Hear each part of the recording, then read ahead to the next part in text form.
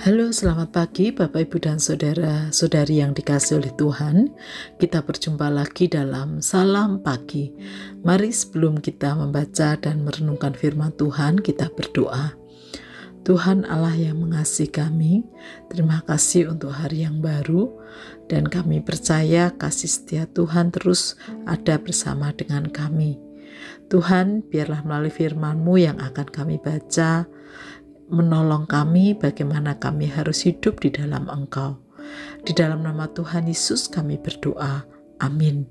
Bapak, Ibu, dan saudara-saudari yang dikasihi oleh Tuhan, kita akan membaca firman Tuhan dari kitab Titus pasal yang pertama. Demikian, dari Paulus, hamba Allah dan Rasul Yesus Kristus, untuk memelihara iman orang-orang pilihan Allah dan pengetahuan akan kebenaran seperti yang tampak dalam kesalehan kita, dan berdasarkan pengharapan akan hidup yang kekal yang sebelum permulaan zaman sudah dijanjikan oleh Allah yang tidak berdusta.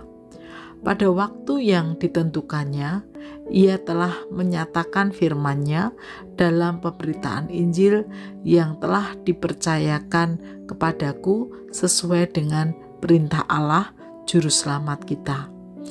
Kepada Titus, anakku yang sah, menurut iman kita bersama, anugerah dan damai sejahtera dari Allah Bapa dan Kristus Yesus, Juru Selamat kita, menyertai engkau.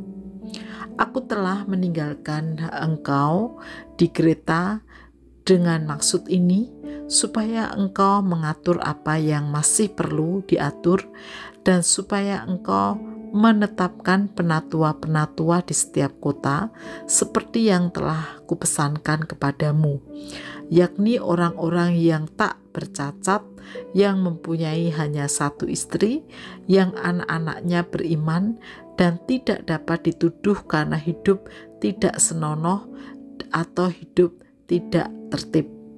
Sebab sebagaimana pengatur rumah Allah, seorang pengawas jemaat harus tidak bercacat, tidak angkuh, bukan pemberang, bukan peminum, bukan pemarah, tidak serakah, melainkan suka memberi tumpangan, suka akan yang baik, bijaksana, adil, saleh, dapat menguasai diri, dan berpegang kepada perkataan yang benar, yang sesuai dengan ajaran yang sehat, supaya ia sanggup menasihati orang berdasarkan ajaran itu, dan sanggup meyakinkan penentang-penentangnya. Karena sudah banyak orang hidup tidak tertib, terutama di antara mereka yang berpegang pada hukum sunat. Dengan omongan yang sia-sia, mereka menyesatkan pikiran. Mereka itu harus ditutup mulutnya, karena mereka mengacaukan banyak keluarga dengan mengajarkan yang tidak-tidak untuk mendapat untung yang memalukan. Seorang dari kalangan mereka, nabi mereka sendiri, pernah berkata, "Dasar orang Kreta, pembohong, binatang buas, pelahap yang malas." Kesaksian itu benar. Karena itu, tegurlah mereka dengan tegas, supaya mereka menjadi sehat dalam iman, dan tidak lagi mengindahkan dongeng-dongeng Yahudi dan perintah-perintah manusia yang berpaling dari kebenaran. Bagi orang suci, semuanya suci, tetapi bagi orang najis dan bagi orang tidak beriman, suatu pun tidak ada yang suci, karena baik akal budi maupun hati nurani mereka najis. Mereka mengaku mengenal Allah, tetapi dengan perbuatan mereka menyangkal Dia. Mereka keji dan tidak taat, dan tidak sanggup berbuat sesuatu yang baik. Bapak, Ibu, dan saudara-saudari yang dikasihi oleh Tuhan, Sekali lagi Rasul Paulus mengingatkan pentingnya menjaga hidup rohani seiring dengan kehidupan sehari-hari. Karena kedua hal tersebut mestinya tidak bisa dipisahkan. Artinya kehidupan rohani yang sehat atau benar tentu tercermin dalam sikap hidup sehari-hari, baik itu di keluarga, tempat pekerjaan atau usaha atau studi, lingkungan sekitar, bahkan dalam persekutuan. Bagaimana menjaga sikap dan relasi dengan benar. Rupa-rupanya tersirat keprihatinan yang sangat mendalam di hati Rasul Paulus tentang jemaat-jemaat yang tidak menjaga hidupnya sedemikian rupa sehingga tidak dapat menjadi kesaksian yang hidup bagi kemuliaan nama Tuhan.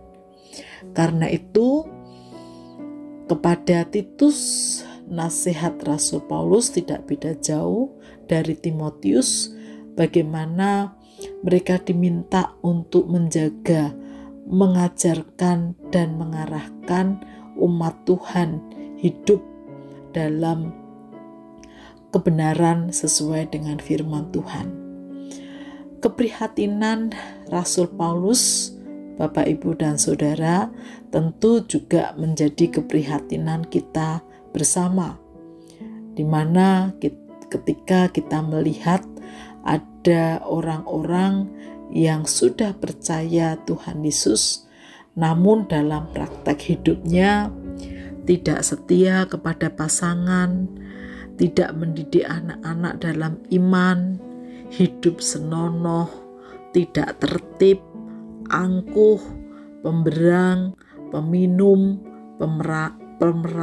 pemarah, serakah, pembohong, pelahap, dan malas. Hal-hal itu menunjukkan iman yang tidak sehat. Oleh karena itu, mari kita terus belajar dari nasihat Rasul Paulus, bagaimana kita menjaga hidup kita dan iman kita sehingga terus terjaga dalam iman yang sehat. Mari kita minta tolong, mohon pimpinan Roh Kudus yang memampukan kita bagaimana kita bisa menjaga iman sehat kita. Mari kita berdoa.